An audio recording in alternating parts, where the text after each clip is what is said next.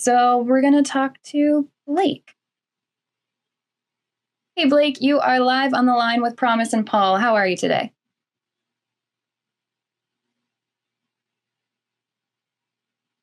Blake, you might need to tap your phone if you're calling in from the web browser.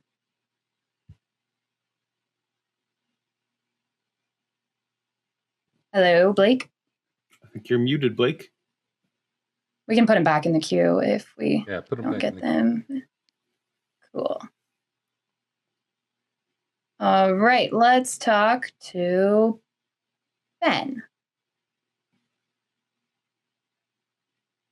Hey, Ben, you Hello? are live with Promise and Paul. What do you want to talk with us about today?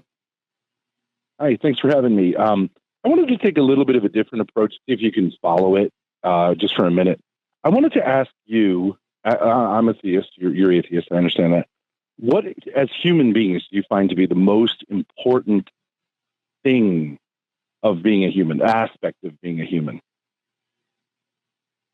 I couldn't begin What's to the pick most important? just one.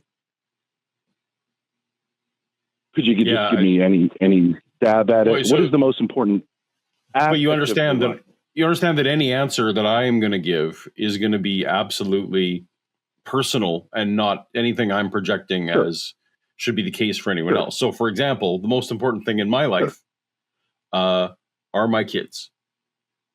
Okay, perfect.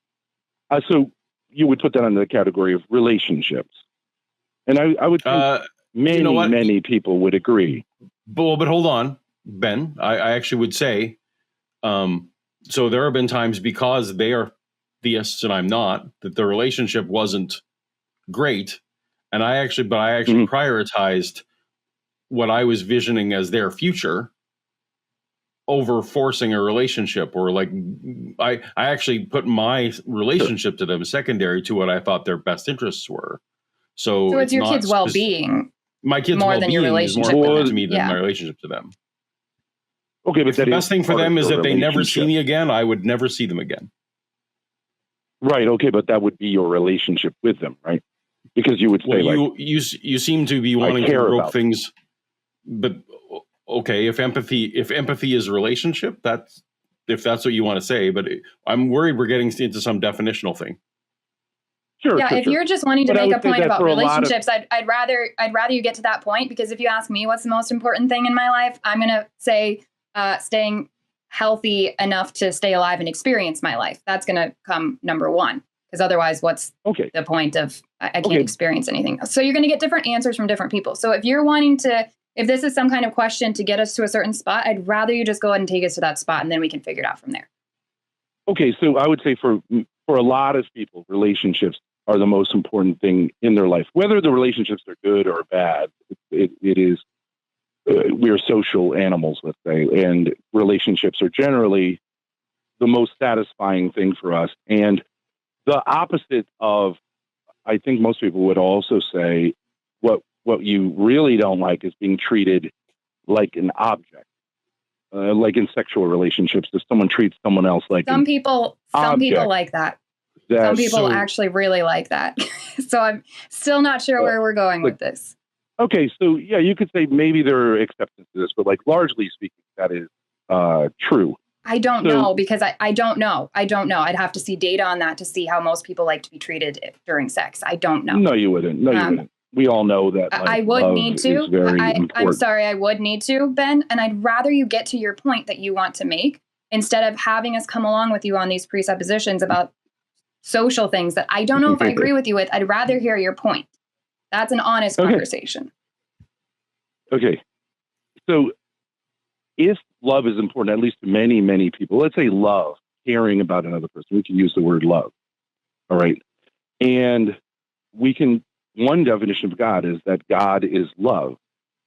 Then for at least all of those people for whom relationships and the word love could be used by them, they are theists.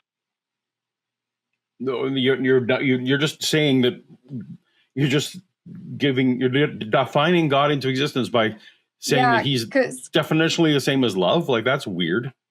Because now I could say hunger is God, and everybody that ever feels hunger is now a theist because they've experienced hunger, which is what I'm going to now say is the definition of God. Well, in other words, if it says in the New Testament, God is love. It doesn't say God is hunger. Why should I care? So I'm saying, like, why should I care what the New Testament says?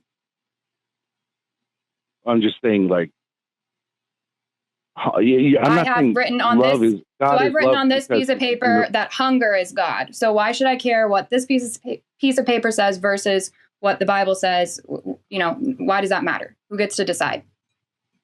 No, that's fine. I'm just illustrating something. You don't have to be so defensive. But if God is love, which, in other words, love is not a thing, so it can't be like hunger, where it has like a relationship to things, then I just don't see what I understand. There's a big gap between saying, okay, let's I believe call in God love. anger. I believe in God. Anger is God. Anger towards other humans is God. So now that's God. And if you've experienced anger toward another person, then you are a theist. No, because God is love. Okay, there's your claim. Cool. So your claim is that God is love. What is your proof or your evidence that God is love and God isn't anger? Because we experience love and we experience our nature as being an image of God, and to be treated as a thing. I experience anger as well. I experience anger as well. Why is that not God? Why is love God? I'm not talking about the emotion of love. I'm not talking about the emotion of love. I'm saying to care about someone else without self-interest is, I think, what most people would say is the definition of love. And that love, if I say that love is God, then you would be a theist, right? No, because I don't believe that love exists. I don't believe. No, I don't. I don't believe love exists at all. Love is an English word that we use. No, I don't. I don't believe that love exists. I think love is a word that we use in English, and in other languages they have way cooler words and more descriptive ones to define different types of love. But love is a word that we use to communicate. Sometimes it's a feeling towards somebody else. Sometimes it's an act towards somebody else. There's all sorts of things. Paul, what do you think love is? Do you think it exists as an entity? You don't think love exists? No. Love is... No, and I just explained why I don't. Yeah, we don't think love as an entity exists. Love is a description of actions and or feelings, and they're all equally, they're all defined, they all are wrapped up as just versions of empathy, which in our previous callers, we've literally talked about how all social species definitionally have empathy to some degree or another. And I see no non-naturalistic reason I don't see even need the reason that we need to appeal to anything other than natural biological processes to understand that empathy helps us as a social species. So I don't see the reason why you're labeling this God on top of it. I don't see the distinctions that you're making. And I definitely don't think that love is an entity. You don't believe that love exists. You don't believe that you love your children. You believe biological. Richard, what did I say? What did I say that love is? Just to see if you're listening and caring at all what I said. Ben. Sorry, Ben. I'm so sorry, Ben.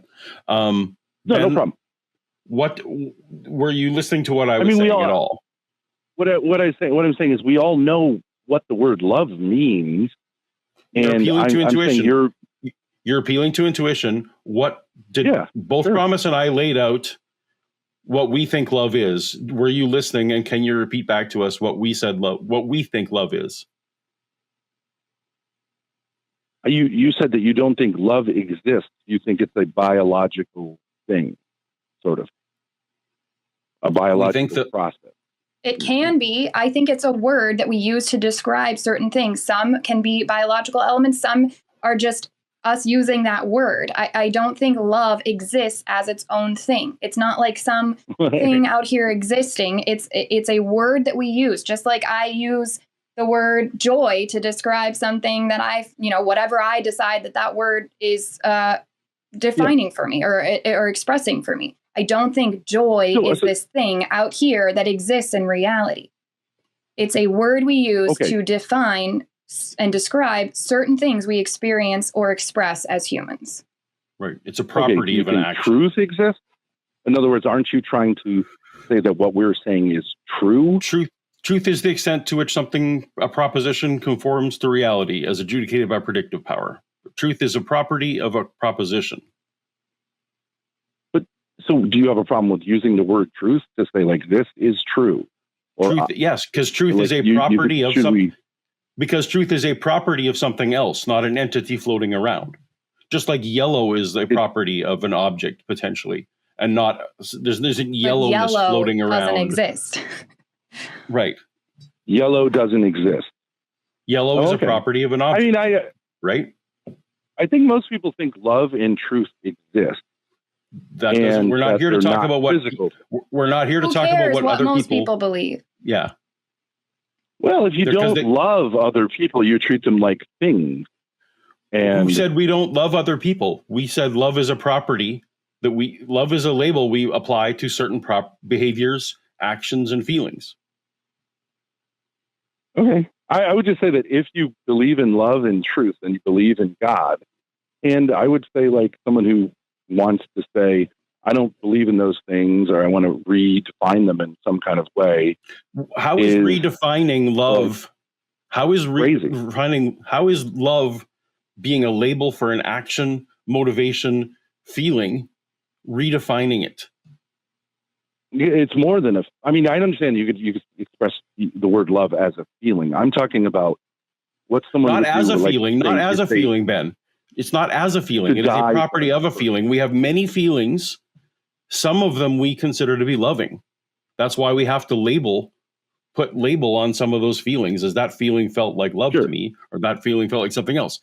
That doesn't mean I'm trying to express to you that doesn't elevate love to be an entity that exists. And you're appealing to people's intuition. I was one of the people just a few years ago who gave this no serious thought at all and just went around with my intuition thinking, sure, love's a thing, evil's a thing, good's a thing, because I spent no time thinking about it seriously. Then I had a bit of a crisis, and I had to think about these things seriously and look at my own motivations and how things work. And it's like, no, you know what? My intuition that evil was a thing was me being sloppy with language. But when you were talking about your children, I'm not trying to make it personal, but you almost seem to say, like, I'm going against my feelings that I want to spend time with my children because I want what is good for them, which is the definition of love in a non-emotional sense. So doing that, I think you're affirming the existence of something which is spiritual. I was affirming that I label those priorities as loving priorities, but they are priorities that you are describing in a certain way. That doesn't make love exist. But you were going against your actual biological feelings of wanting to spend time with your children. We agree. And saying, if I never had to see them again. What is that? Ben, it's not a feeling. That's not something that exists. It's something that's happening. It's a priority. It's something that Paul has decided, and it's decisions that he makes based off of feelings and emotions and whatever thought process he has based off of the standards that he set in his life. So that is not something that exists. That goes if Paul dies, that goes away. If Paul dies, that is gone because there's no one there to make that decision and do that. It doesn't actually go against biology because if I look at it purely biologically, I am no longer producing more children, so biologically my priority is naturally them, right? Because I'm not the only way my genes can propagate at this point. I was snipped, so I had to get I can get my genes to propagate now is through them. So actually, from a purely biological perspective, it does make sense as a priority. Well, I'm just saying. We don't have to get into a big thing. I'm just saying, if you don't believe in love and truth, I actually agree. You don't believe in God. But, okay, I could have told you that the word we're love atheists. And truth have no meaning for you. We could have told you from the very We could have told you from the very beginning that we don't believe in a God. We don't believe a God exists, and I don't believe love exists. Do I experience love? All the time. Does it look different towards different people? Yes. Do I use that word to describe varying emotions? Absolutely. But that doesn't mean love exists. I'm going to be totally honest. I'm not sure that you're equipped for this sort of conversation. I understand what you're trying to express, but I think you should go back and listen to this call fully, because I'm not sure you're understanding the concept of something existing as an entity or having existence in and of itself, or it being used as something that we describe and define things with. There is a difference between a word that we use to express ourselves with and something actually existing. You're saying the only thing that can exist is the thing, and therefore you just really can't have a conversation beyond that. That's not what I'm saying either. And we've had plenty of conversation here. It's not about not having a conversation. I do think you should go back and listen to this and go check out what people were saying in the chat. I'm sure there'll be comments. Maybe some of them will be more helpful than Paul and I were able to be, to try to point you in the direction of logic, to show you where we're unable to be convinced by what you're saying to us. It's not making sense, because you're right. We don't believe love exists as its own thing. We don't believe that love exists outside of what we as humans cool. But we don't believe that it exists outside of us using it as to express something that is happening, that we can point to, that's real. I agree. You don't believe in love. Agree. You don't believe in truth. And so I don't think you believe in God. I do believe that things can be true or not true. So again, I don't know that you're following the logic of this conversation. I'm good, unless Paul wants to continue. I don't really have anything else to add to this. Ben, why are you so angry? I'm not angry at all. I'm having a great conversation. But again, I don't think that you're following. And you continue to interrupt me, and you didn't interrupt Paul, which I do find interesting. I'm going to be done talking to you now, and I'm going to let Paul talk to you, because maybe you'll be able to take him more seriously. Well, yeah, so the we don't need to discuss anymore. Basically, you are resorting to incredulous laughter, which from this side of the call seems incredibly ironic, because if anyone here deserves to incredulously laugh, it would be the people on screen. I will leave it at that. I think you're angry. Ben, I'm sorry about getting your name wrong there for a minute. There's no anger. Ben, maybe we're so angry. You still didn't provide anything for us. You're just lying. You're angry. All right. Take care. Don't be angry. Try love. If that was love, I am not interested. That was, I was trying to communicate that to him. I genuinely don't think he's understanding the logic of the conversation and where it was going. The color thing was a great thing to point out. Like, yellow doesn't exist, but we use it to define things. Yeah. I think your observation was astute. Well, actually, there was a few astute observations. One, I don't think he was completely equipped to handle that call. The other was that I also noticed the interruption pattern that you noticed. That's all I would say. Yeah. I usually don't notice those, and then somebody else points it out, and I'm like, oh, yeah, I guess you were right. But this time I was like, oh, he's fully interrupting me every time. Also, you guys should see my actual angry face. That was really funny. That's like when somebody called Seth Andrews angry, which that's hilarious to me. That like is the amazing. most chill person ever. I do think women get perceived as being angry the second they start speaking up for themselves. And apparently in this case, the second they make a good point. Yeah. And that was also obviously, like, once you resort to giggling and deflection of motive, like if you're just impugning motive, then you're not really having a conversation anymore. So. Right. And what if I'm livid? What if I'm absolutely raging and angry? He could still make a good point. There was nothing stopping that from happening. And from what I saw in the chat, from what I think you heard, none of us have been convinced of anything from that conversation. So anyways, now I have the song What is Love stuck in my head. Oh, shall we move on to like another Baby Don't Hurt caller? Me, like from the Roxbury? Yes, that. Wow. Hey, come on, man. We gotta promote that clip we all just watched. Well, I'd rather not shill. Okay, well, Daddy has a $2,000 a month Red Oak habit, and I am your production god, and you will shill when I tell you to shill. Dance for me, baby. God damn it. Why did my life come to this? Go to patreon.com/call-the-line and donate. God damn it. This is what happens when we let live chatters write our scripts.